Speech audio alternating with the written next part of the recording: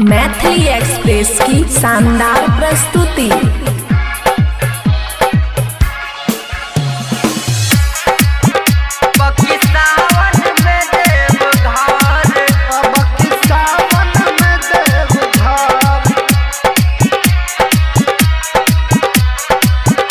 खुशी recording studio बलुआहा। जलवाधारे चल रहू हो अब की सावन में देव घर। जलवाधारे चल रहू हो अब की सावन में देव घर।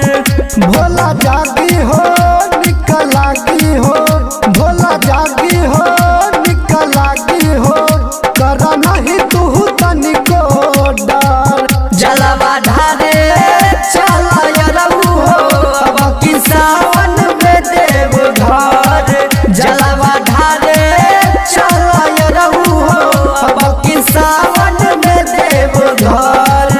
भोला जागी हो निकलागी हो, भोला जागी हो निकलागी हो, कर नहीं तू तनिको डर। जलवाधारे चल रहू हो अब की सावन में देव घर। डीजे सुमित सतीश रैमा, सुमित सतीश रैमा।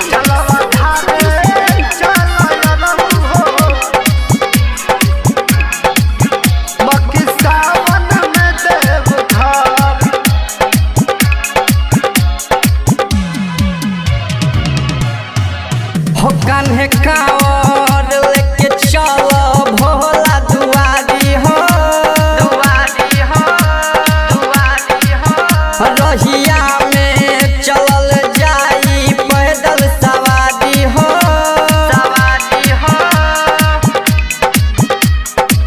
हो कंधे कांवर लेके चला भोला दुआरी हो, दुआरी हो, दुआरी हो।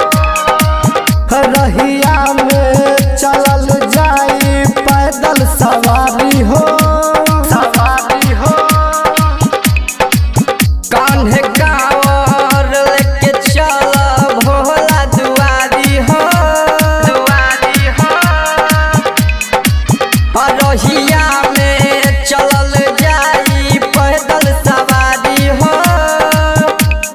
भोले जी के नाम लेला होई नहीं तनिको असर। जलवाधारे चल रहू हो अब की सावन में देव घर।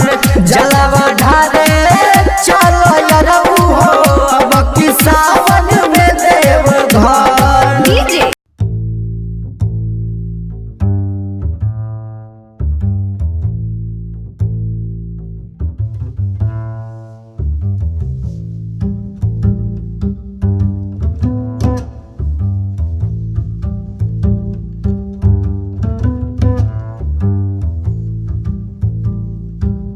हे जाई बिट्टू रिस्की हो, बिट्टू रिस्की हो। वनली गाजा भांग चली नहीं बिस्की हो, नहीं बिस्की हो। हो दीपक यादव संगे जाई बिट्टू रिस्की हो, बिट्टू रिस्की हो। वनली गाजा भांग चली नहीं रिस्की हो, नहीं रिस्की हो। दीपक यादव संग जाई बिट्टू रिस्की हो, बिट्टू रिस्की हो। वनली गाजा भांग चली नहीं विस्की हो, नहीं विस्की हो। पूजा करके मस्ती से चलल जाई अपना घर। जलवाधारे चल रहू हो अब की सावन में देव घर। जलवाधारे चल रहू हो अब की सावन में देव घर। खुशी रिकॉर्डिंग स्टूडियो बलुआहा।